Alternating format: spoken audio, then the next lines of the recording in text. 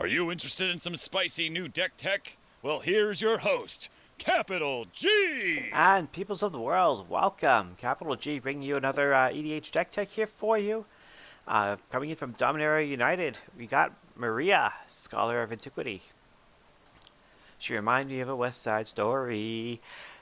Anyways, before we dive into the deck, of course, look for my links in the description below. Come join me over on Discord. There's a couple of awesome groups that I play with, so those links are down in the description as well. Also, there's some Tik Tok shenanigans if you want to check those out. And of course, my details for Board Game Arena if you want to do some turn-based European-style board gaming with me through a web browser. Cool stuff. Speaking of cool stuff, Meria, Scholar of Antiquity. How strange is this thing? A Grull commander that cares about artifacts. A green, a red, and one for this 3/3 elf artificer. She's an elf in addition to everything else. Like, this is so weird that she loves artifacts, but that's what we're doing. Tap an untapped non-token artifact you control to add a green mana. That means you can't tap a treasure token with this. You can't tap clue tokens or anything like that. Has to be a non-token artifact to get that benefit. Her other activated ability, also really cool. Tap 2 untapped non-token artifacts you control. Exile the top card of your library. You may play it this turn. So, by having a bunch of artifacts, she rewards us with Impulse Draw and with Mana Acceleration. So, I'm thinking along the lines of equipment with a couple of stacks pieces tossed in. Nothing too crazy here. You can definitely go full stacks with this and be really, really happy. I mean, you'd be happy. I don't know about everybody else. But I also think equipment is a great way to go because when a piece of equipment is tapped, it doesn't affect that piece of equipment. It still gives whatever benefits it's supposed to give. So that's kind of my logic with this build. Artifacts are the main event. So, yeah, I guess that's where we'll start like we usually do. Arcane Signet, of course. Our commander's only 3 mana, but we still want to reliably wrap out to her, so Arcane Signet it is. Bearded Axe. Equipped creature gets +1/+1 for each equipment we control. We don't have any vehicles or doors here, but lots of equipment. Champion's Helm. As long as equipped creature is legendary, it has hexproof, a great way to protect our commander, in addition to giving her a pretty solid buff. The key thing here is equip 1. With Voltron decks, what often happens is our commander gets removed. It costs like 5, 7, 9 mana, whatever it may be, to recast our commander. But then it also costs 9, 10, 11, 12, 13 mana to put all our equipment back on. So anytime we have an equip 1, we cast our commander, we tap the equipment to equip our commander. That's my thinking there. Like, if we're not casting anything else that turn, we're just going to equip. Yeah, just tap the equipment, put it right on her. Such as the idea here, most equipment is going to cost 1 or 2. I try to keep that equip cost low. The Chariot of Victory, first strike, trample, and haste. I like the trample and the haste here, that's why I put the Chariot of Victory in. Conjurer's Bauble. If we draw this in the early game, it's basically 1 mana, draw a card. That's kind of my logic here. Dark Steel Pendant. It's indestructible.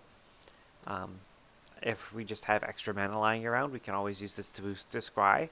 And the nice thing about scrying is that we can decide if we're going to exile our top card or not more accurately. The Eater of Virtue. Again, a piece of equipment. It only costs 1 mana to equip. The God Pharaoh statue. This is one of our stacks pieces. If we have a few pieces of equipment already attached to Meria, we can cast this and slow our opponents down big time. Golem Skin Gauntlets. Equipped creature gets +1/+0 for each equipment attached to it. This would cost 2 to equip, but I think it's worth the extra mana here.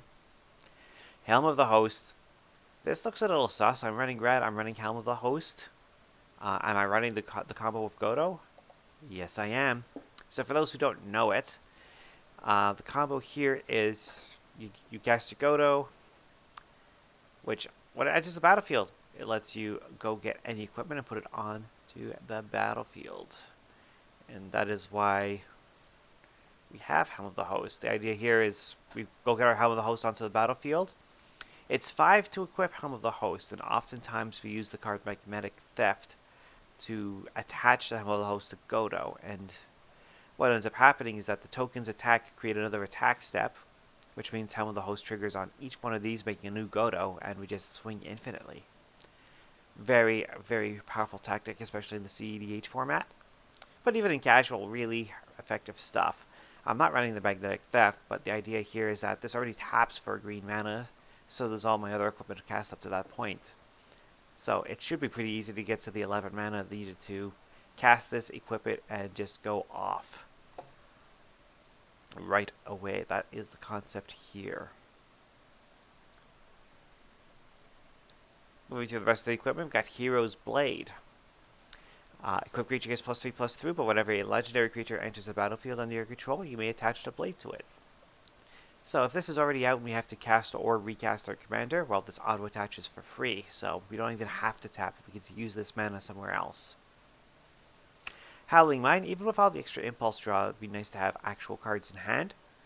So Howling Mine, it looks pretty group huggy at the beginning of each player's draw step. If this is untapped, that player draws an additional card. We're tapping this for mana, so on our turn it's untapped. By the time it comes to our draw step, we draw a card with this, and then we tap it for mana, and nobody else benefits from its presence. Ichor Wellspring, when this enters the battlefield or spins to the graveyard, draw a card. So yeah, just 2 mana, draw a card, and this becomes a mana rock after we cast our commander. Jeweled Amulet, I thought this was a pretty spicy piece to help us ramp out our commander. Cast is 0. It's 1 tap, put a charge counter on this. Note the type of mana. So if we play colorless, it can give us a colorless mana. If we tap a green into this, it gives us a green mana, etc. We can only ever accumulate 1 counter on this thing. Unless you have some sort of proliferate shenanigans, but that doesn't matter here, because the idea here is that we can use this to ramp out onto our commander on turn 2 very, very easily. And then after that, as long as our commander's on the battlefield, this taps for mana regardless. So we don't even have to put another charge counter on this thing. Key to the City. It says tap, discard a card up to 1 target creature can't be blocked this turn, and whenever this becomes untapped, we may pay 2 to draw a card. So, this can do a lot of things for us. Not only can this make our commander unblockable, especially when she's suited up, but, I mean, this draws us, we can pay the 2 mana and draw a card every turn if we so want to during our untap step. And even if we're not using this for the unblockability, we can use it for the impulse draw or for additional mana. It taps it, which means it gives us the access to the untap trigger. Massacre Memory, whenever the equipped creature deals combat damage to a player, we may draw 2 cards. If we do, discard a card. Just a great way of digging through our deck. The Masterwork of Ingenuity, copy and equipment, sure thing. Mishra's Bauble, again, for 0, we could use this for Meria's activated abilities, or we can sack it and get a free card draw, albeit at the beginning of our of the next turn. Not necessarily our turn, it could be our opponent's turn, but it's the next turn's upkeep where we get the card draw. Mycosynth Wellspring lets us go get a basic. Nettlecyst, great piece of equipment here, says equipped creature gets +1/+1 for each artifact or enchantment we control. And it does create a Phyrexian Germ token. They're not artifacts, unfortunately, so, and this token's gonna die right away because we're gonna be putting our Nettlecyst onto our commander. So, don't really count on this germ really doing much for us. But it's nice that it comes in with a germ token in case we are struggling to keep our commander on the battlefield. Oh, Naginata. Can only be attached to a creature of power with 3 or more power. A group creature gets +3/+0 and trample. Super cheap to cast. Only 2 to equip this thing. And as long as there's something else equipping our commander, she starts off as a 2/2. But as long as we've got something else on her to boost her power, we're just turning into a big, big beater. Possessed Portal. I like to call this the staxiest stacks that you've ever staxed. Yes, it's 8 mana. It's not super efficient to cast. If a player would draw a card, that player skips that draw instead. That means nobody can draw a card anymore. At the end of each turn, each player sacrifices a permanent unless they discard a card from their hand. So every turn we're all losing resources. But wait. Our commander says tap 2 untapped artifacts we control. Exile the top card of our library, we may play it. This gets around the whole not being able to draw cards thing. So, while our opponents have to find some way to either get rid of us or get rid of this possessed portal, we're still playing our game. It's not affecting our game at all. Yes, it's going to slow us down a little bit too, but our commander plays around this without any extra effort. The Prophetic Prism. When it enters the battlefield, draw a card. It filters mana. I'm not too worried about filtering mana, especially since this is going to tap for a green once our commander's out. Saddle of the Cavalier. Just want to toss out a green piece of equipment. This is what I ended up going with. Equipped creature gets +3/+3 and cannot be blocked by creatures of power 3 or less. This is what I like here. So our commander can't just be chomped by something like cheaper or insufficient, shall we say. If they're going to block it, they got to block it with something big. Sculpting Steel to copy an artifact. Shadow Spear, great piece of equipment. It's 2 to equip, but it grants the +1/+1, the trample, and the lifelink. Also, this is a pretty cool activated ability that I've seen used to great effect.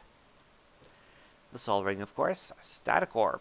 As long as this is untapped, players cannot untap more than 2 permanents during their untap steps.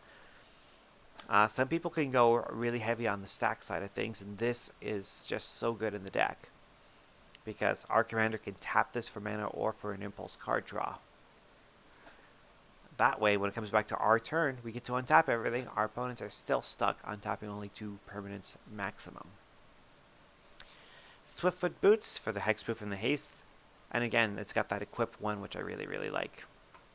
Sword of the Animist. Equip 2, but let's go get our basics, so totally worth running it here. The Immortal Sun. Players cannot activate Planeswalker abilities. That's why we're not running Planeswalkers on our deck. We get to draw an additional card on our draw step. Our spells are 1 mana cheaper, and creatures we control get +1/+1. I thought this was just a nice value piece. It's a little on the expensive side in real life, but at least in game 6 is super easy to cast to get these benefits. Torpor Orb. Creatures entering the battlefield don't cause abilities to trigger. With the exception of Godo, we don't really have any ETBs going on, so not too worried about this downside. Ugin Nexus. If a player would begin an extra turn, that player skips the turn instead. So stop all those extra turn shenanigans, and in fact, if we manage to sacrifice this or somebody removes it from our side of the board, we get the extra turn. Unwinding Clock. Untap all artifacts we control during each other player's untap step. Yes, please. And the Zephyr Boots to give our commander flying, and whenever she deals combat damage to a player, we get to draw, then discard a card. So that's our artifact suite. If you go more heavily into the equipment thing, definitely toss in all of the swords. Just remember that if you use your sword of this and that, take out any colored equipment, because you're not going to be able to put a, say, Sword of Harfenholm and a Giant's Belt onto Meria. The protection will prevent Giant's Belt from equipping her. So keep that in mind. But choose your favorite equipment, toss them in, or choose your favorite stacks pieces, toss them in. Creatures, I've already talked about Godo. Let's talk about Helkite Tyrant, because of course we're going to run Helkite Tyrant. We've got 35 artifacts, just like regular artifacts, so should be pretty easy for us to get to 20 more artifacts if this is allowed to stick around for more than a turn. Kadama of the West Tree. We're attacking with a modified creature, be it it's our commander, so let's go get some more basics out of our deck. Lizard Blades to give it's got double strike, or we can reconfigure it onto our commander and give her double strike. Seedborn Use. Untap all of our permanents during each other player's untap step. Yes, please. The Steel Wall. Just a 0/4 of Defender. Defend the face from all the early chip damage. Sylvan Safekeeper. Artifacts tap for mana already. I think we can sack a couple of lands to keep our board safe. And Toralf, God of Fury. 5/4 trample for 4 mana. On the front side, it says whenever a creature or planeswalker an opponent controls is dealt excess non-combat damage, This deals damage equal to the access to any target other than that permanent. So while we're not really taking advantage of the front side, I thought it was just a nice little beater to have. The back side, however, is a pretty nice piece of equipment. Taralf's Hammer is 2 to cast, 2 to equip if we choose to cast it on the back side. Equipped creature gets +2 +0 as long as it's legendary. And we can also throw it at somebody. Quite literally, we could just throw the hammer at somebody if we need to. A couple of enchantments, actually. Raised by Giants. Our commander starts off as a 2/2, so we cast this. All of a sudden, she starts off as a 10/10.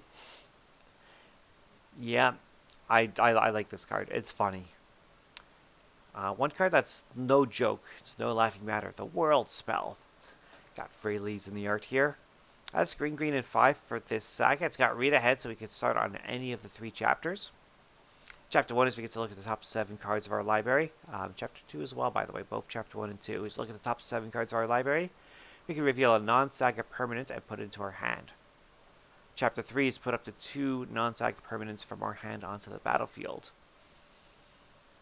So ideally, we want to start off on Chapter 1 and get maximum value. But if we're in a situation where we can really benefit from doing Chapter 3 right away, there's no reason not to. Instance, Beast Within, of course, some great removal, Chaos Warp, Lightning Bolt, Return to Nature gets an artifact, enchantment, or a card from a graveyard. Tamiya's Safekeeping to protect our commander. 2-Handed Axe, I thought this was a fun ad. 3-mana equipment, or we can cast it as Sweeping Cleave and Adventure. So if we use the Adventure, target creature we control gains double strike until end of turn. Once it's down on the board as an equipment, it only costs 2 mana to equip it, a red and 1.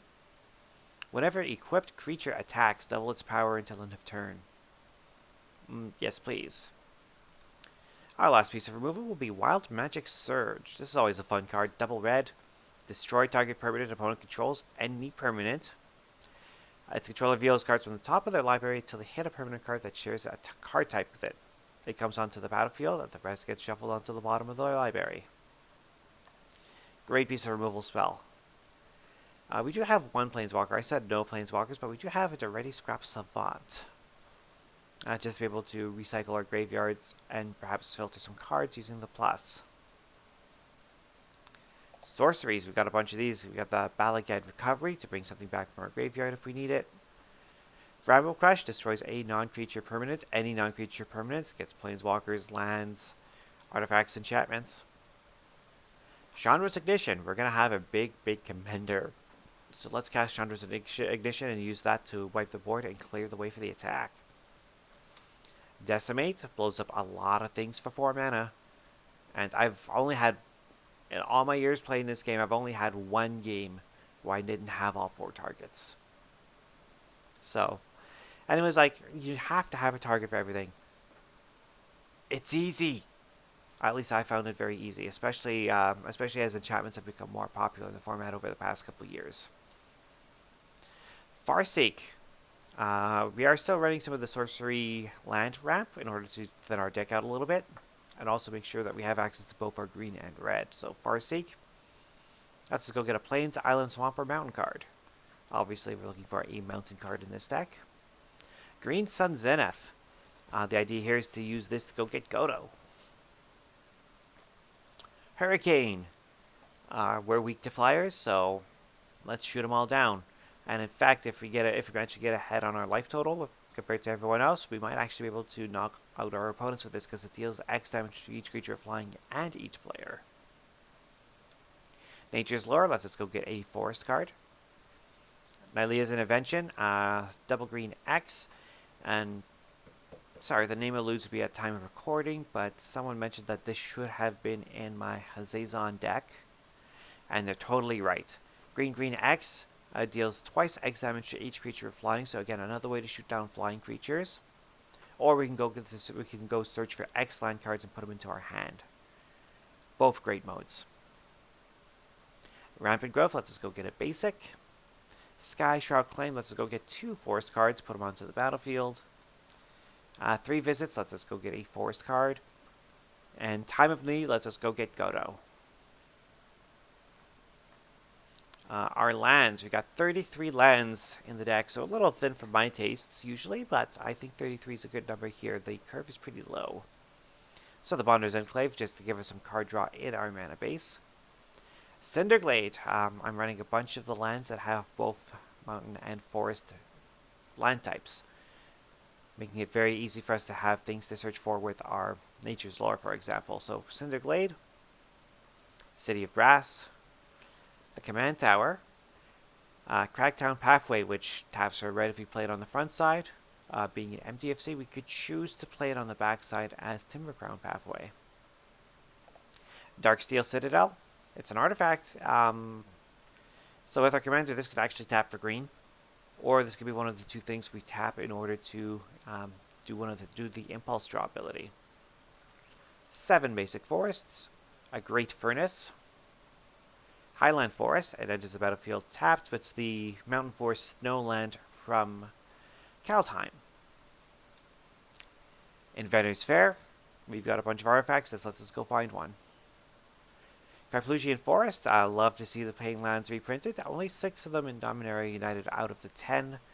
I'm assuming we're going to see the other 4 in Brothers War. Keswick Wolf Run, just make our commander humongous. Running 4 mountains. A Sheltered Thicket, which has both our basic land types. Skarg the Rage Pits, another way to buff our commander and grant the trample. Slagwoods Bridge, another artifact land. Stomping Ground, the Shock Land, of course. Temple of Abandon for the Scry. It's nice to be able to scry and see what our card is on top before we decide whether to impulse it or not. The Thran Portal, I figured it was worth putting in here, because this could be a forest or a mountain for us, depending on what we need. Yes, every time we tap this for mana, we would lose a life, and it only gives us the 1 color. Not as good as City of Brass, but still able to fix our mana if we need it. Treasure Vault, it's an artifact land, so that's what I'm running it for. I don't need the treasures per se, just the fact that it's an artifact land is what synergizes with the deck. Tree of Tales. And Urza's Saga lets us go get one of our other artifact lands. Or it could get us some of our cheaper, it could get us our Sol Ring, for example, a couple of our cheaper artifact pieces. Wooded Foothills, running the fetch land. You could in concept run, I think, 7 of them to go get forests or mountains pretty easily. I'm just running the one because this is the, it's not the version that I have on screen, it's the one from Concept Arc here that I own. But it's my only fetch land, actually. I only have one in real life. And lastly, the Wooded Ridgeline, a fetchable common land out of Dominaria United. Unlike Kaldheim, it doesn't have the snow super type. That's okay, it's still a mountain forest. And that is still the end of this video. Meria, Scholar of Antiquity. And on that, I'd like to thank everyone for joining me on this one. I think today's the official release day for Dominaria United, so good luck on your packs. I'm personally not picking up any packs, just got some big bills to take care of first. But I'm definitely looking forward to picking up some singles from this set. It is totally awesome. On that, we will see you all again on the next video. Bye for now.